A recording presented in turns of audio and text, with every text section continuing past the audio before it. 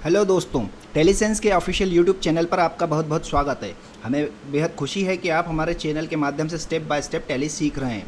दोस्तों, टैली में मास्टर बनने के लिए सिर्फ वीडियो देखना ही काफ़ी नहीं है, असली खेल है प्रैक्टिस का। इसीलिए सबसे पहले हम आपके लिए लेकर आए हैं हमारी टैली प्राइम वर्क बुक्स। ये वर्क बुक्स आपको बिगिनर, इंटरमीडिएट और एडवांस लेवल पर रियल वर्ल्ड बिजनेस डेटा के साथ प्रैक्टिस करने में मदद करेगी। इतना ही नहीं, इन वर्क बुक्स के साथ में आपको मिलता है हमारा रिकॉर्डेड कोर्स, जहां हर टॉपिक को मैंने प्रैक्टिकल तरीके से समझाया ताकि कोई भी डाउट बाकी न रहे। इसके साथ ही आपको दी जा रही है हमारी Tally Prime step by step e books. ये ई बुक्स 3 वॉल्यूम में हैं, जिनमें हर चैप्टर की समरी और इम्पॉर्टेंट शॉर्टकट्स दिए गए हैं ताकि आप कहीं भी क्विक रिवीजन कर सकें। जॉब की तैयारी के लिए हम आपके लिए लाए हैं top 100 interview questions and answer की पीडीएफ, जो आपको किसी भी अकाउंटिंग इंटरव्यू को क्रैक करने में मदद करेगी। और जैसे ही आप अपना कोर्स फिनिश करते हैं तो आपको मिलता है एक पार्टिसिपेशन सर्टिफिकेट, जिसे आप अपने रिज्यूमे में लगाकर अपनी स्किल्स को पूरी दुनिया को दिखा सकते हैं। यह पूरा बंडल यानी workbook, recorded course, e books और इंटरव्यू पीडीएफ और सर्टिफिकेट आपको मिल रहा है सिर्फ 499 रुपये में। तो देर किस बात की, अभी वीडियो के डिस्क्रिप्शन में दिए गए लिंक पर क्लिक करें और आज ही अपना प्रोफेशनल सफ़र शुरू करें। चलिए अब शुरू करते हैं आज का हमारा tally lesson. Good evening everyone. चलिए आज हम आज की क्लास स्टार्ट करते हैं। जैसा कल की क्लास में हमने सीखा था किस तरीके से हम ब्लैंक चेक दे रहे थे, आज हम उसके आगे चलते हैं। देखिए, सबसे पहले हम चलते हैं F4 पर। यहाँ से हम आएंगे F4 काउंटरा वाउचर पे।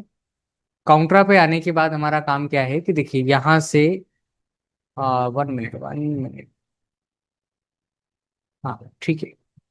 हमारा काम क्या है कि हम यहाँ पर क्या लिखते थे, कैश। कैश लिखने के बाद हमने यहाँ लिखा बैलेंस, और यहाँ पर उस बैंक का नाम लिखना है जिस बैंक में हम क्या करते हैं, अमाउंट जमा कर रहे हैं। तो अभी आप देख रहे हैं मेरी इस स्क्रीन पर किसी का भी नाम नहीं है, तो यहाँ से हम क्रिएट बटन पर जाते हैं।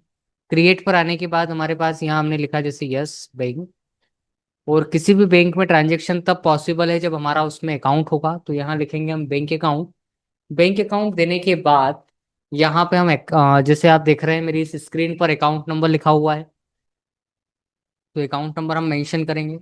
आईएफएससी कोड यस बैंक, फिर हम यहाँ लिखते हैं शिफ्ट कोड, तो चूंकि है नहीं हमारे पास, ब्रांच, तो ब्रांच आपने लिखा जैसे भोपाल। इस वाले ऑप्शन को हम यस कर रहे थे कल, आज फिर यस करेंगे। तो यहाँ पर आप देखेंगे एक ऑप्शन लिखा है set alter range for chequebook, इसको हम यस करते हैं।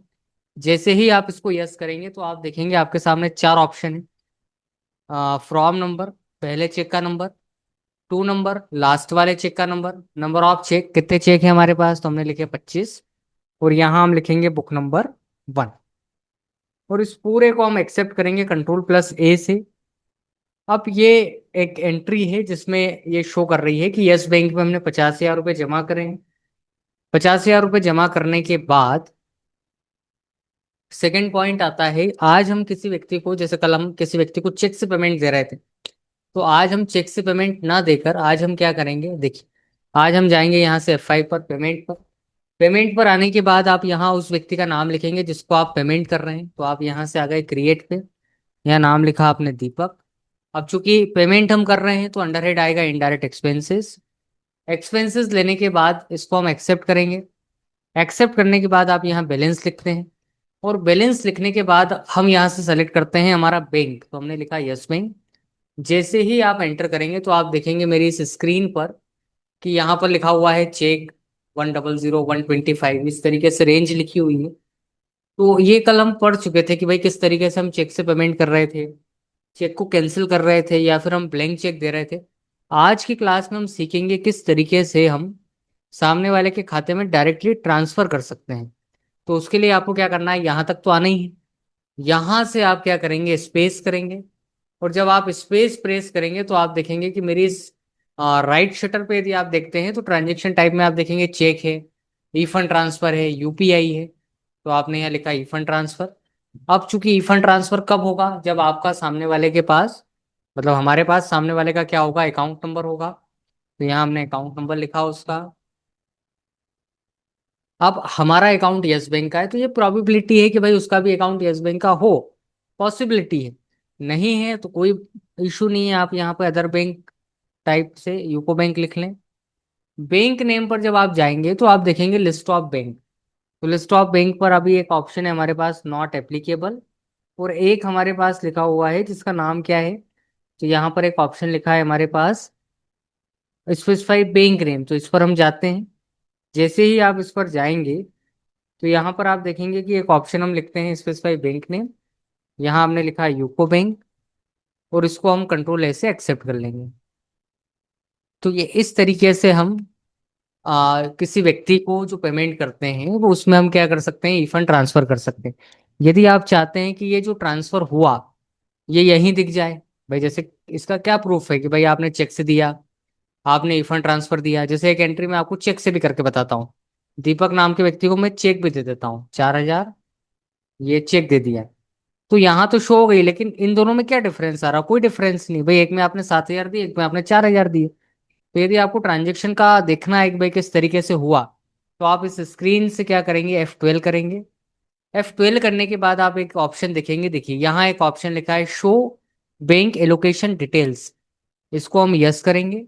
और यस करने के बाद एक्सेप्ट कर लेंगे। क्या करा हमने, F12 करा। यहाँ एक ऑप्शन था show bank allocation for details, allocation details, yes. अब आप पेजअप करेंगे तो ये आपको बता देगा, देखिए ये आपने ई फंड ट्रांसफर करा, ये कहानी यहीं खत्म हो गई। आपने इसको चेक दिया, चेक की कहानी यहाँ खत्म हो गई। यदि आप प्रिंट आउट देखते हैं तो अभी आप देखेंगे कि हमारे पास इस तरीके से प्रिंट आउट आया। भाई यस बैंक के थ्रू पेमेंट हुआ है, ये सिग्नेचर है, क्या मोड है ये नहीं आया। तो यदि वो भी लेकर आना है तो आप कंट्रोल पी तो करेंगे, सी प्रेस करें आप।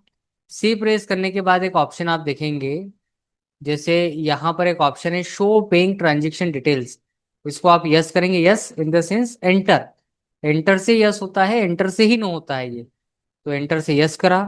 अब आप देखें तो आप देखेंगे कि अब यहाँ पर वो आपको बता रहा है कि भाई ये जो पेमेंट है कैसा हुआ है, चेक से हुआ है। ये रेंज है हमारे पास 2000101, और इस तरीके से हमने पेमेंट का एग्जीक्यूशन किया है। यदि आप पुराने बिल को देखते हैं ई फंड ट्रांसफर वाले को, तो इसको भी हम देख सकते हैं यहाँ से।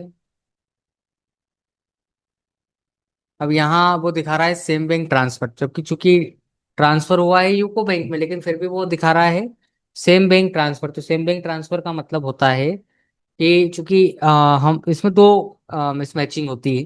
पहला सबसे बड़ा मिसमैचिंग कि हम काम कर रहे हैं एजुकेशनल मोड पर।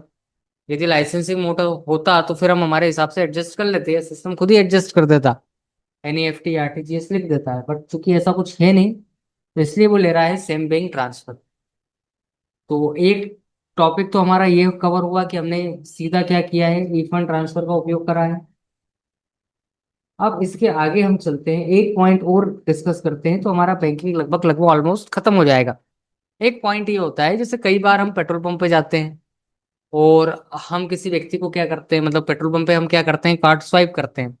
इवन आप शॉपिंग मॉल भी जाते होंगे तो आप देखते होंगे कि भाई हम कार्ड स्वाइप करके पेमेंट कर देते हैं। तो किस तरीके से, देखिए उसके लिए आप पेमेंट पर ही रहें। यहाँ नाम लिखा आपने इंडियन ऑयल, यहाँ लिखेंगे आप इनडायरेक्ट एक्सपेंसेस, जो भी आपका एक अमाउंट है वो लिखें आप। अब बैंक तो आपको यही लेना है, यस बैंक, क्योंकि इसी का डेबिट कार्ड या क्रेडिट कार्ड या ATM होगा। तो यहाँ से हम जाएंगे तो यहाँ हमारे सामने एक ऑप्शन आता है चेक, चेक पर हम स्पेस करें।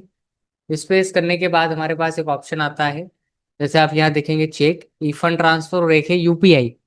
तो आजकल तो ट्रांजेक्शन UPI से भी होता है, तो UPI भी आप लिख सकते हैं। UPI लेंगे तो ये इस तरीके से पूछ लेगा। तो ऐसा ना करें, हम यहाँ से चलते हैं शो मोर पे।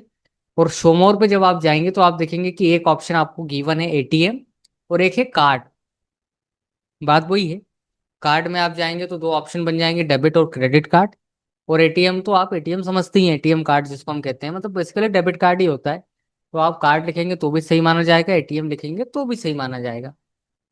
तो ये इस तरीके से हम मैनेज करते हैं कि हमने किसी व्यक्ति को क्या करा है, चेक से पेमेंट हमने कल देखा था, आज हमने देखा किस तरीके से हम ATM या कार्ड से पेमेंट कर रहे हैं।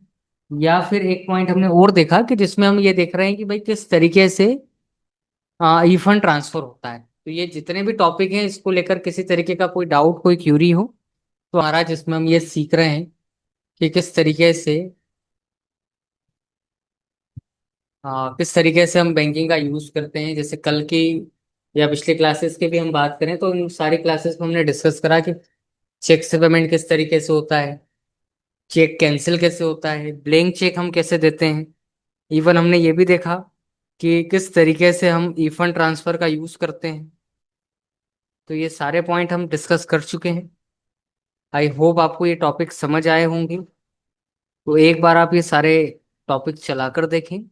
किसी तरीके का कोई डाउट, कोई क्यूरी है तो हम नेक्स्ट क्लास में उसको डिस्कस करेंगे। चलिए, thank you for watching. Good night.